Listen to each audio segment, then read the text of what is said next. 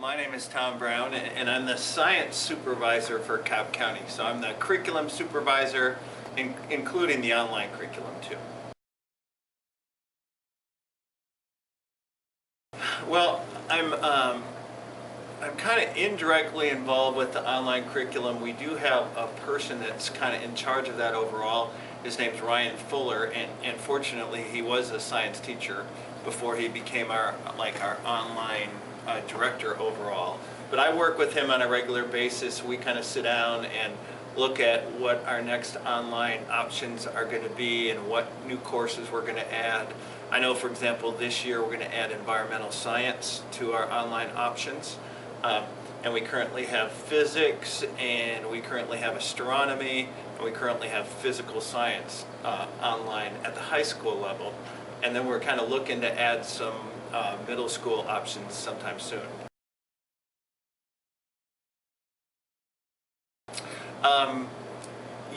I think on the average, the students learn as much and sometimes even more in an online environment than they do in face-to-face environment. And the kids that have taken like our summative assessment, which is the EOCT for classes in science, have actually done a little bit better as a whole if they've taken the online course than if they've had it face-to-face. So on the average, our online kids right now are actually outperforming our face-to-face kids overall. And so, the question is that because the kids that are taking the online courses right now are very self-directed and self-motivated and kind of hard workers and independent, or is it more of a kind of a representative sample of kids across all different domains and ability levels? And some people would argue that the kids that take that class are pretty self-reliant and independent and are naturally going to score higher. But to me, it's pretty interesting that so far they're scoring higher on average than our face-to-face kids. I think one thing the online environment does is it requires teachers to basically organize everything up front, and so everything, kind of assignments, pacing guide, overall plan has to be done in really good detail right from the start. Because you're trying to anticipate the students' needs and anticipate the students' questions, and realize you're not going to be able to have that face-to-face communication. So to me, the level of organization required of an online course makes it really kind of effective from the start, because it's very organized and it's very step-by-step, and I think that's nice from the start.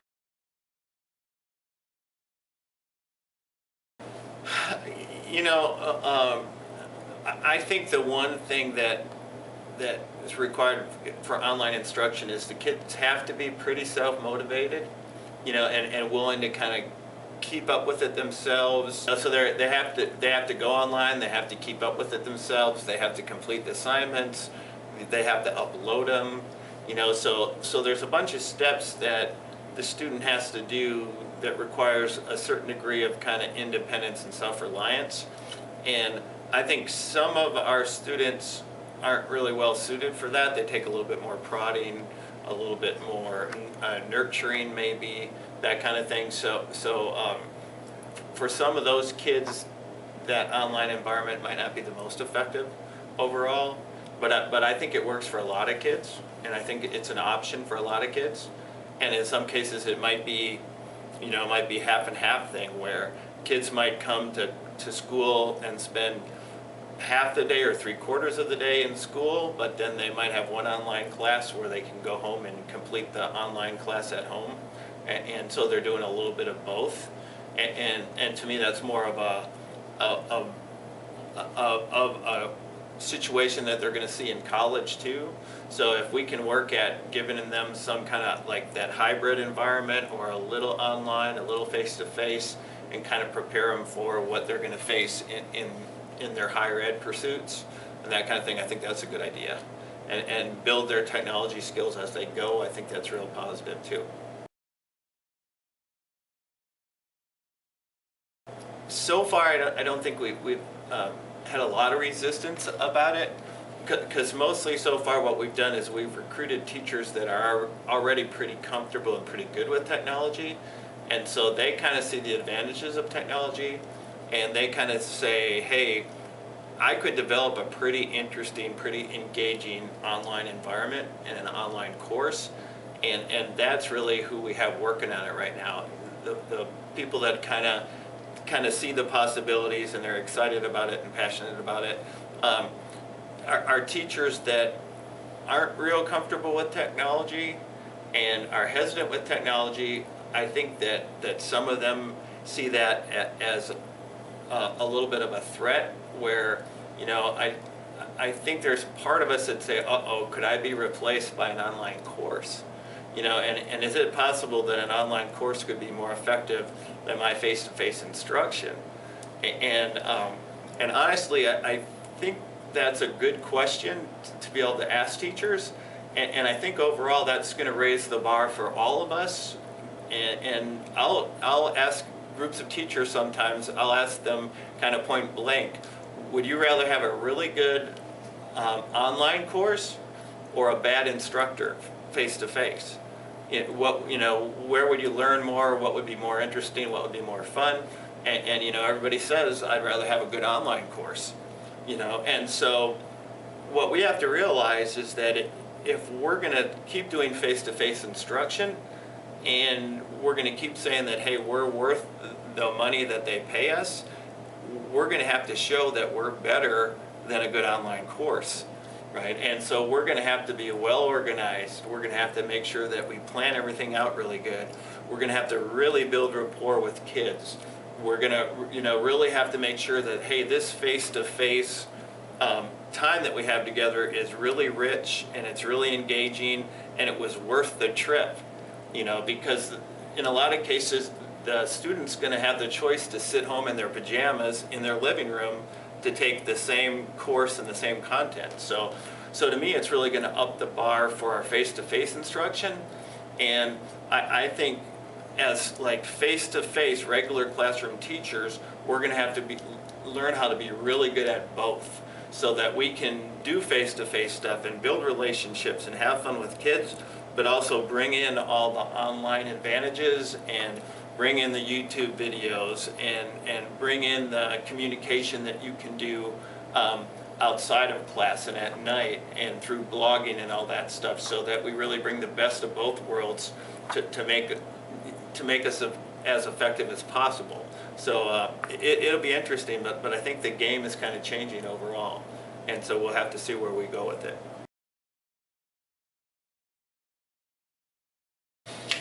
Middle schoolers online. I think the younger that you go, I think the more people will wonder a little bit, just like people wonder, well, I can't really have like an online babysitter, and I don't mean to say that elementary teachers or middle school teachers are babysitters, but you worry a little bit more of the management piece and just having the adult there, and the adult supervising and that kind of thing. And so the younger you get, I think the more concerns there are about proper supervision for kids. But I do think that if it's an effective online environment for a high school kid or a college kid, you can pretty much make it an effective online environment for a middle school kid or an elementary kid.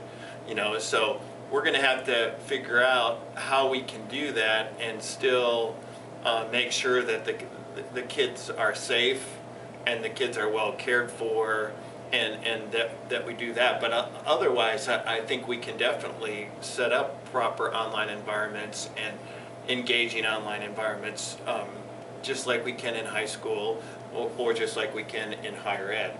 But I think it'll take a while. But I think it's coming, and I don't think we can stop it, and I don't think we want to stop it. I think it'll be a good thing overall. But I think you have to think about, well, how do I make sure that kid is properly taken care of and properly managed and looked after in the process.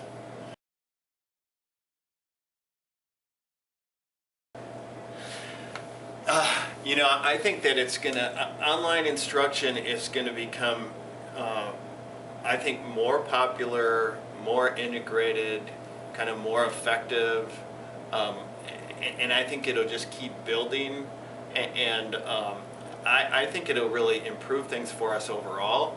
Um, and so, I think that we're going to really have to recognize that our face-to-face instruction really has to build on the things that work better face-to-face. I do think that our very best teachers are really good at developing relationships with kids and forming bonds with kids and having that interaction and that discussion and the fun and the play that you have back and forth. And so I think our face-to-face instruction is going to have to increasingly depend on us really building those relationships and those kind of interactions with kids. So I think if you're kind of more of a traditional approach where you throw the PowerPoint up, all right, and then have kids start filling out the worksheet, I think you're going to be in big trouble, honestly, because because they can do that more effectively online, and they can stop it whenever they don't understand it and reverse it and play it again and go to this resource and go to that resource. So in terms of being purveyor of information, and just kind of the know-it-all teacher, I think we're going to have less and less need of that kind of role. And so the teacher's role is going to be more relational, and how do I engage kids and fascinate kids and really get them interested in my topic and build that interaction and face-to-face kind of communication that we really have to have. I think you can do quite a bit of that online. I think especially online if you communicate back and forth with your kids a lot. So when they send you a blog post or something, you respond to it, I think you can set up some of that relational stuff online too, but I think it's best face to face. But overall, I think the online instruction offers a lot of advantages, and so I think that's going to be integrated more and more, and we're going to have to keep learning the new technologies and keep developing it as teachers, or we're going to kind of be left behind. And I'm 50 something now, I'm like 54, and I feel like I'm always behind with technology. And I know most of my age group and even most of our teachers feel like that too, like I'm always 3 steps behind. How can I keep up? And I think we just have to embrace the whole lifelong learning idea, that we have to keep learning and keep doing the best we can, and keep integrating the new ideas and the new technologies and the new strategies to keep growing as teachers and trying to get more effective as educators as we go, because otherwise we're going to be left kind of increasingly more behind.